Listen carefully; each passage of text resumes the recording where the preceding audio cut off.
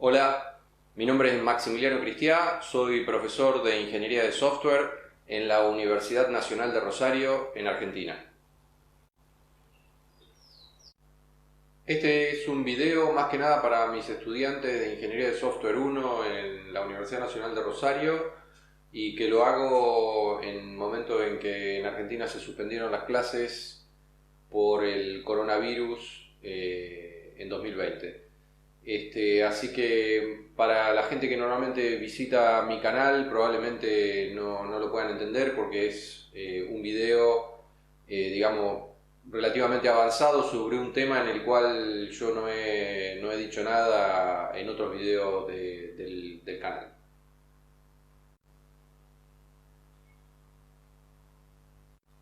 Lo que vamos a ver es cómo hacer promoción de operaciones en especificaciones Z. Para eso vamos a continuar con el ejemplo que está en el apunte de las cuentas bancarias, pero en este caso lo vamos a hacer más complejo para poder introducir este tema de promoción de operaciones. Los requerimientos con los que vamos a trabajar son los siguientes. Cada cliente puede tener más de una cuenta en el banco, cada cuenta puede tener más de un titular, es decir, puede haber varios titulares asociados a la misma cuenta. Debemos guardar nombre y apellido, domicilio y DNI de cada titular y debemos guardar saldo y el histórico de movimientos de cada cuenta. El histórico de movimientos se define como la secuencia de depósitos y extracciones que se hace sobre esa cuenta. Es decir, si nosotros hacemos un depósito de 100 pesos en una cuenta, hay que guardar el número 100. Si hacemos una extracción de 20 pesos, hay que guardar el número 20 y distinguir si es depósito de extracción. Como ven, con estos requerimientos la cosa se hace más compleja porque, por ejemplo, no podemos asociar la cuenta bancaria con el DNI o con el número de documento de cada persona.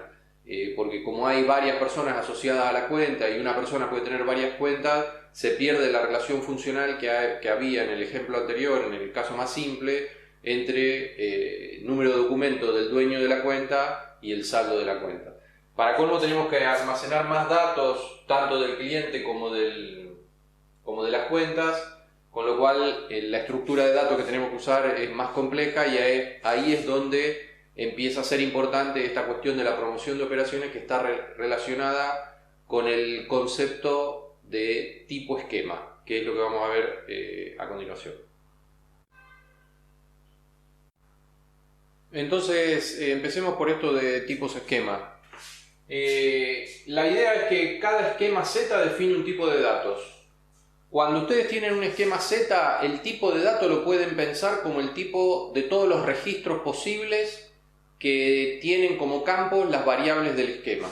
Entonces, por ejemplo, si tenemos el esquema A que declara dos variables X e Y, la idea es que A es como si fuera el conjunto de todos los registros posibles que tienen dos campos, X e Y, de tipo X, de tipo Y, y entonces tenemos todos los valores posibles de acuerdo a los valores que pueden tomar los campos. Es básicamente un registro. Este tipo, como esto pasa a ser un tipo Z, como cualquier otro tipo, y lo puede usar para definir tipos más complejos y para declarar variables. Por ejemplo, puedo usarlo para definir un tipo de función parcial que toma valores de un cierto tipo W y devuelve valores del tipo A. También lo podría haber puesto acá como en el dominio. Puedo simplemente declarar variables de tipo A, puedo declarar conjuntos de tipo A y así sucesivamente, recursivamente con toda la potencia de tipos que tiene Z. Entonces, por ejemplo, si B es de tipo A, donde A es este esquema de acá, podemos usar la notación punto para acceder a los campos de lo que sería el registro, que en este caso es un esquema. B.x es el valor de la componente X en B. Lo mismo si tenemos la función f que va de W en A, tenemos un B en W que además pertenece al dominio de f, podemos aplicar f a B y obtener la componente Y a través de la notación punto. Fíjense que acá yo estoy haciendo la aplicación de la función f al punto B poniendo un espacio y no entre paréntesis. Las dos cosas se pueden hacer en Z, creo que esto no se los había mencionado en en la clase anterior, en la última clase que pudimos hacer presencialmente. Pero bueno, también se puede aplicar más o menos como en los lenguajes funcionales.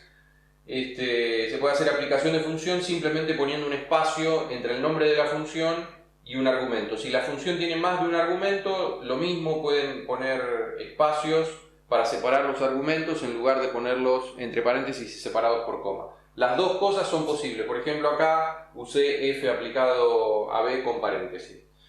La idea de esquemas como tipo es lo que sirve para modelar los requerimientos que vimos en la escena anterior.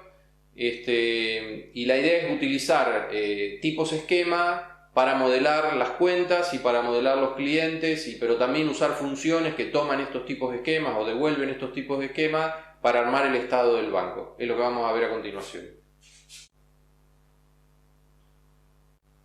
Entonces empezamos por ver cómo solucionamos el problema de que tenemos que guardar para cada cliente el domicilio y el nombre y apellido de esta persona.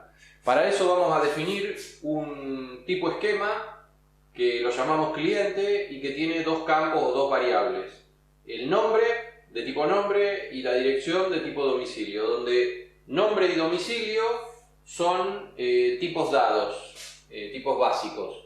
¿Por qué hacemos así? Porque si bien nos dicen que tenemos que guardar nombre y apellido, para los requerimientos que tenemos, que son las mismas operaciones de siempre, es decir, hacer depósitos, extracciones, también está incluida la operación de hacer una transferencia entre una cuenta y otra, pero para todas esas operaciones no necesitamos distinguir entre nombre y apellido, es simplemente un dato que tenemos que guardar, con lo cual simplemente nombre es de tipo nombre, no hace falta separarlo entre nombre y apellido, no hace falta hablar de cadenas de caracteres, etc. Nuevamente esto tiene que ver con el nivel de abstracción de la especificación.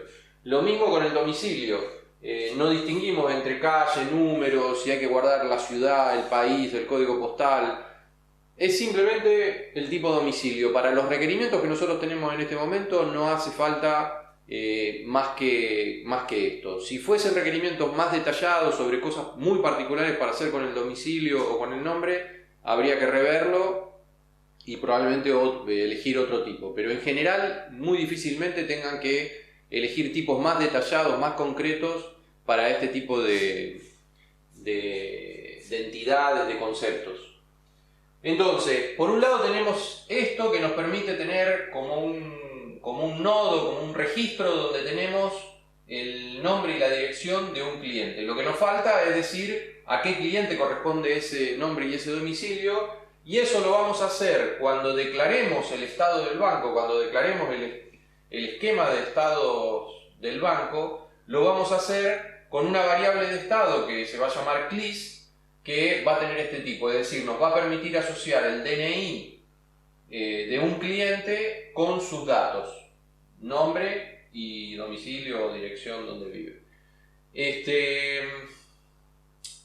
Esto es, digamos, no ponemos el DNI adentro del registro, porque esto nos permite, porque metiéndolo adentro del registro tendríamos que declarar, por ejemplo, un conjunto. Si yo hubiese metido DNI como un campo más de cliente, luego tendría que haber definido CLIS simplemente como un conjunto de cliente. Pero esto se empieza a hacer complicado los predicados que uno tiene que escribir, porque normalmente las operaciones van a estar dadas por el DNI de la persona con el cual tenemos que buscar el resto de los datos. Entonces, acá para saber, por ejemplo, que un cierto DNI está en el conjunto CLIS, hay que escribir un predicado más complicado que hacerlo de esta forma, que nos permite simplemente aplicar, dado un DNI, aplicar CLIS a ese DNI y obtenemos los datos de manera inmediata. Por lo tanto, en general, digamos, lo que estamos haciendo acá es modelar los datos como si fuera una tabla, en donde tenemos esto como la clave de la tabla y esto como las columnas a la derecha de la clave en la tabla. Es decir, esto funciona como clave y esto funciona como todos los datos asociados a esta clave. Es básicamente eso, solo que en una formulación más matemática, más de teoría de conjuntos, pero es básicamente lo mismo. Con lo cual, mantenemos normalmente todos los datos por un lado y algún identificador por otro lado separado, y los asociamos mediante una función, dada la relación funcional que hay entre el identificador y los datos que le corresponden. De esta forma ya estamos usando un tipo cliente para definir estos primeros requerimientos del banco. Seguimos con el histórico de movimientos. El histórico de movimientos lo necesitamos para definir el tipo de las cuentas corrientes, de las cajas de las cuentas bancarias o cajas de ahorro que vamos a tener. Recuerden que teníamos que guardar el saldo y el histórico de movimientos y asociar eso con el o los titulares de esa cuenta bancaria. Entonces, primero tenemos que tratar de definir cómo va a ser la variable o cómo va a ser la estructura de datos que vamos a usar para almacenar el histórico de movimientos. Básicamente necesitamos una secuencia o lista porque tenemos que mantener justamente la historia en orden cronológico de los movimientos que que se fueron haciendo sobre esa cuenta.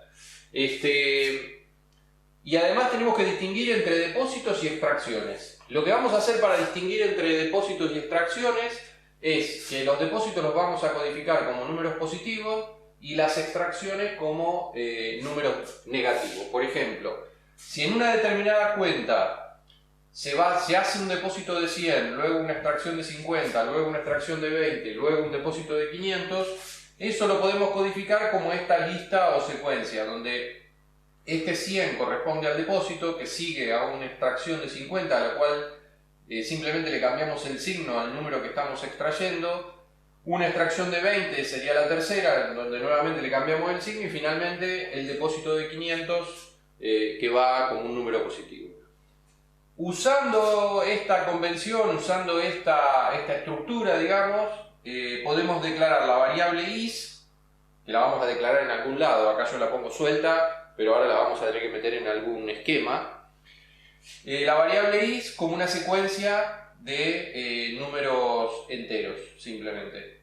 No podemos poner números naturales porque justamente estamos cambiando el signo para que sea negativo y así poder distinguir depósitos de extracciones. Por ejemplo, si en algún caso nos llegan a pedir una operación en donde tienen que mostrar todas las extracciones o todos los depósitos, es fácil hacerlo porque uno simplemente tiene que tomar los números positivos, los números negativos, para devolver eso.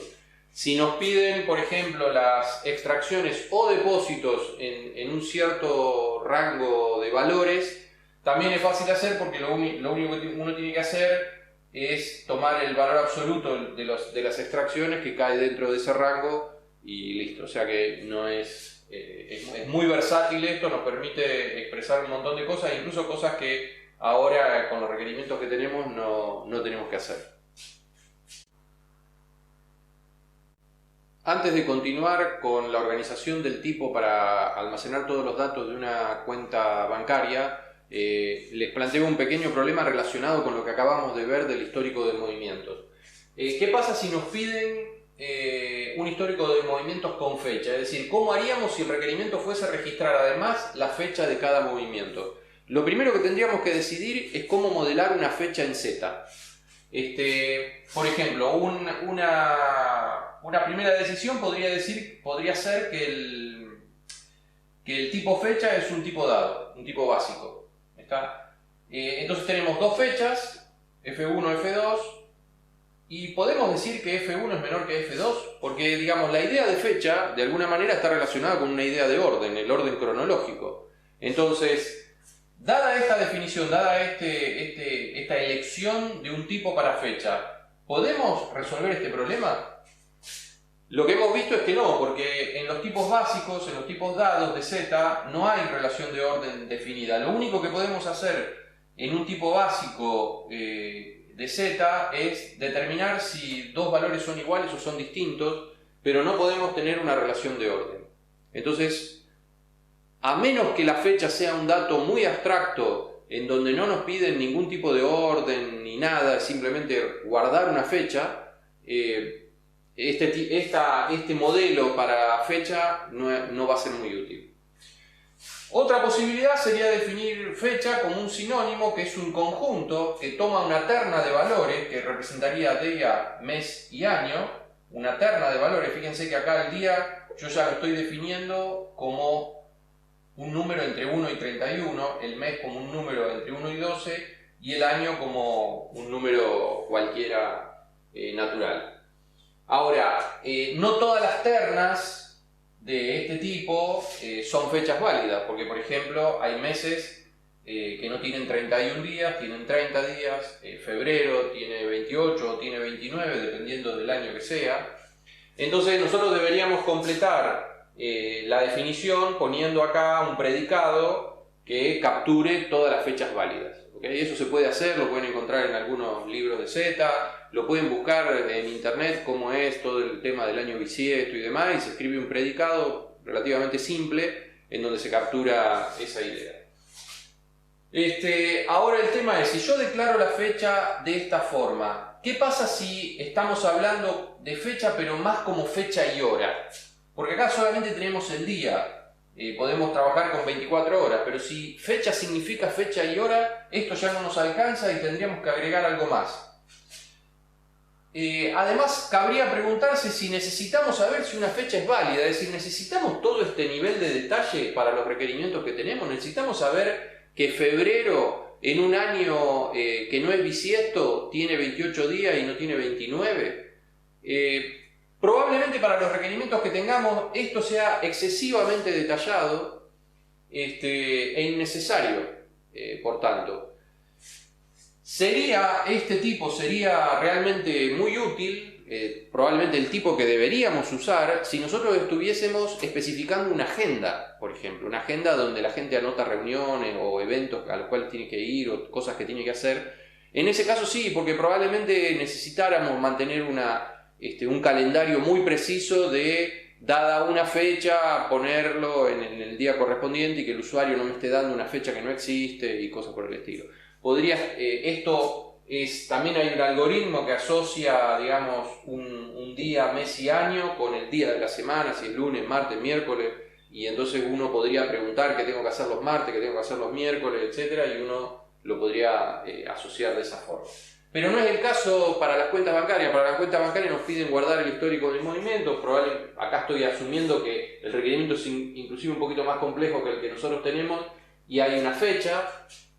Y bueno, en ese caso, ¿qué hay que hacer? Acá, más que nada, la fecha en un tipo de requerimiento como este que tenemos acá es más que nada para establecer un orden cronológico. No se necesita todo este detalle de acá. Entonces, la pregunta es, si no es suficiente saber simplemente si dadas dos fechas una es menor que la otra. Entonces, ¿cómo podemos hacer para modelar esto en Z, siendo que este modelo no sirve y siendo que este modelo tampoco sirve, porque es demasiado abstracto y porque es demasiado concreto?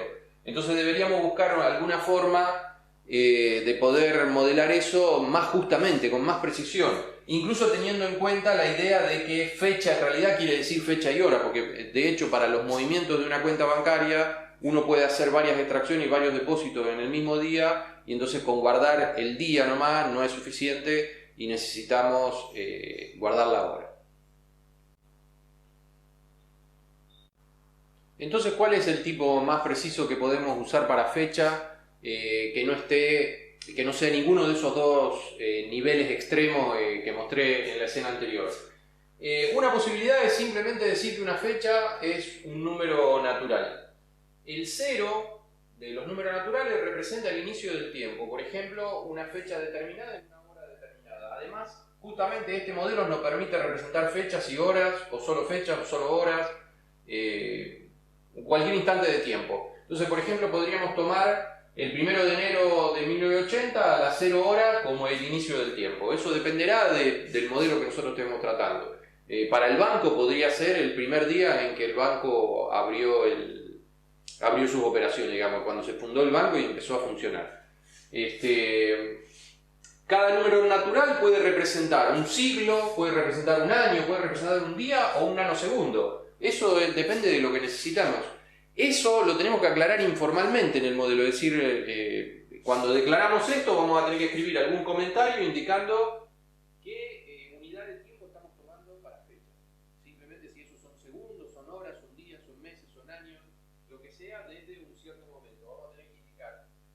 el momento inicial, en modo, digamos, informal, y la unidad de tiempo que estamos considerando.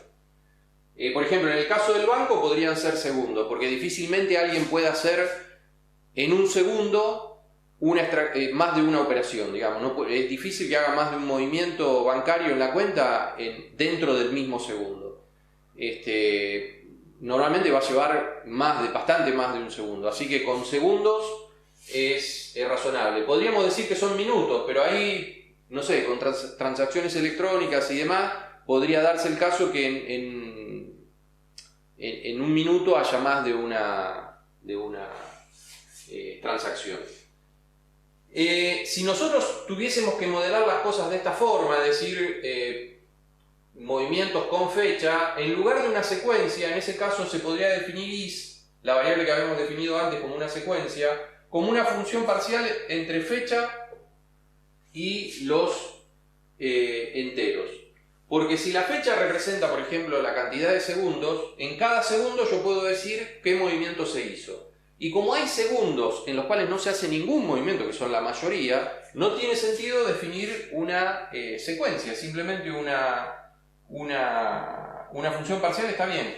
Que por otro lado es más o menos la representación a nivel de base de datos que tendrían, porque ustedes tendrían seguramente una tabla en donde estaría la fecha y el movimiento que se hizo en cada fecha, y ahí no van a figurar todos los segundos si no hay un movimiento, va a figurar solamente el segundo en el cual hay un movimiento, la fecha, el momento preciso en el cual hay un movimiento, con lo cual este modelo con una función parcial sin una secuencia es un modelo muy abstracto, matemáticamente correcto, que además nos permite modelar todos los requerimientos, es decir, nos permite simplemente comparar fechas con la relación de orden en los números naturales, y nos permite operar de manera bastante sencilla con eso. Incluso podríamos sumar fechas o sumar cantidades de tiempo a una fecha dada para obtener otra fecha.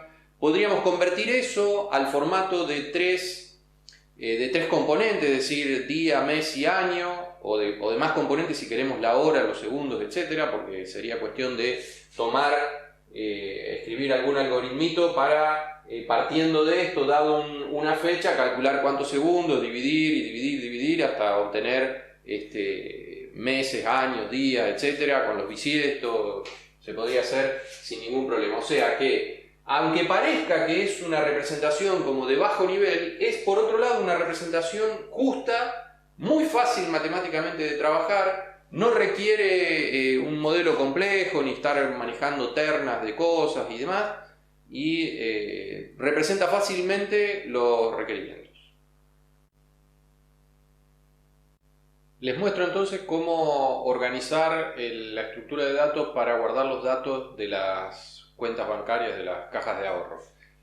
Definimos el esquema caja de ahorros, que tiene dos variables: saldo, porque era uno de los datos que nos pedían guardar, y el histórico de movimiento, como lo definimos un par de escenas atrás, sin considerar la fecha, es decir, la forma con una secuencia. Hacemos más o menos lo mismo que hicimos con los clientes. Este esquema le falta, digamos, el identificador de la caja de ahorro. Nos falta tener cuál es la forma de encontrar esta caja de ahorro. Para eso definimos en el estado del banco, vamos a declarar una variable que llamamos CA, que toma como dominio un número de cuenta y devuelve un valor posible del tipo esquema caja de ahorros, donde el número de cuenta está declarado simplemente como un tipo básico.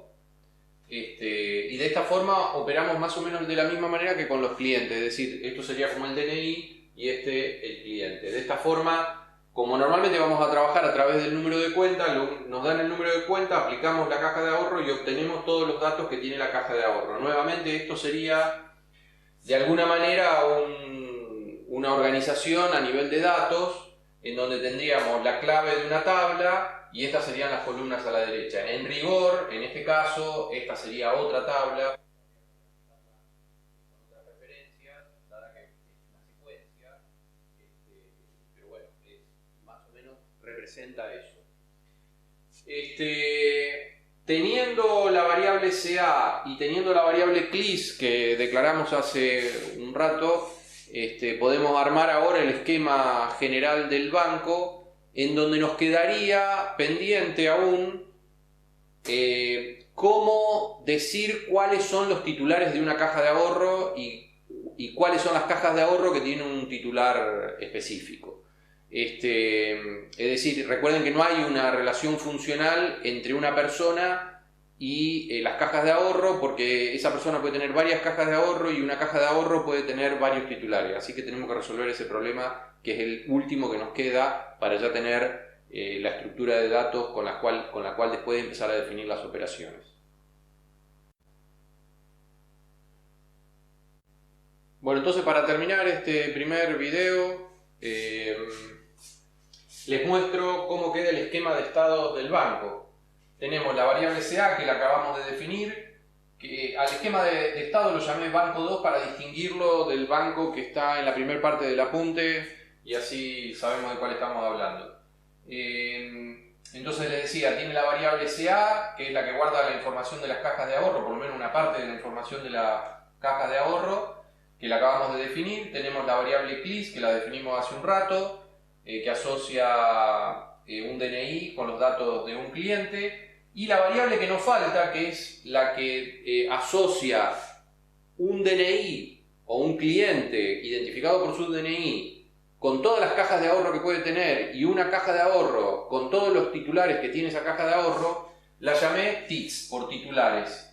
Y esta variable es una relación binaria entre DNI y número de cuenta. Esto nos permite tener pares ordenados en TITS que tienen el mismo DNI y distintos números de cuenta. Y al mismo tiempo nos permite tener pares ordenados que tienen un número de cuenta dado y diferentes DNI. De esta forma, si yo quiero saber todas las cuentas que tiene un determinado cliente, todas las cuentas que tiene un determinado cliente,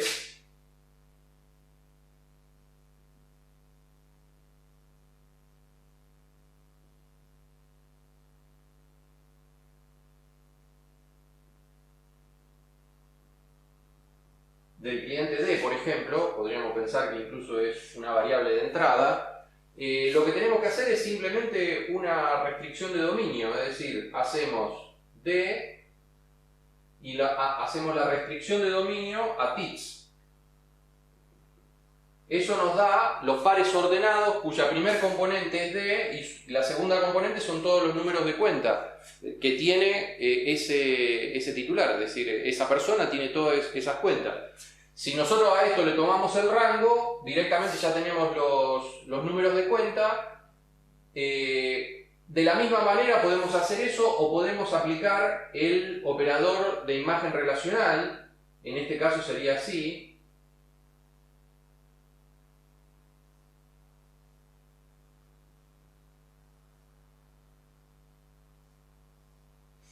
Estos son unas especies de paréntesis que se usan en la notación Z, que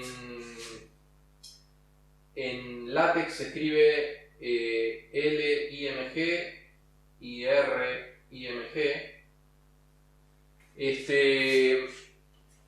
Y esto es precisamente, esta expresión de acá es aplicar TITS a todos los elementos que están en este conjunto.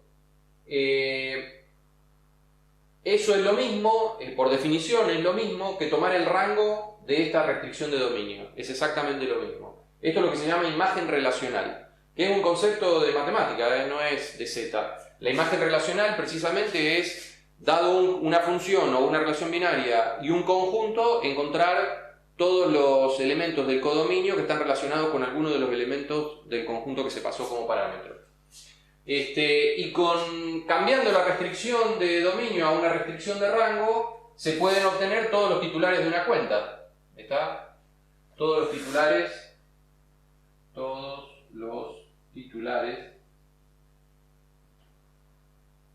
de la cuenta C es simplemente TITS restricción de rango, en este caso, vamos a ponerle el signo de pregunta, AC. Esos serían todos los pares ordenados que tienen como segunda componente C. Si quiero nada más que los DNI, basta tomar el dominio de eso y tengo todo el conjunto. Con lo cual, esta relación binaria me permite mantener la relación entre estas dos variables, básicamente. Es decir, estos DNI de acá son los DNI que tienen que estar acá y estos números de cuenta de acá son los números de cuenta que tienen que estar acá. Es decir, de alguna manera tendríamos que garantizar que si hay un número de cuenta acá, tiene que estar en algún lado acá, y si hay un DNI acá, tiene que estar en un lado acá, porque digamos, si se abre una caja de ahorro, tiene un titular y existe esa caja de ahorro, con lo cual tiene que haber al menos un par ordenado acá que tenga ese DNI y ese número de cuenta. Después vamos a ver más sobre eso.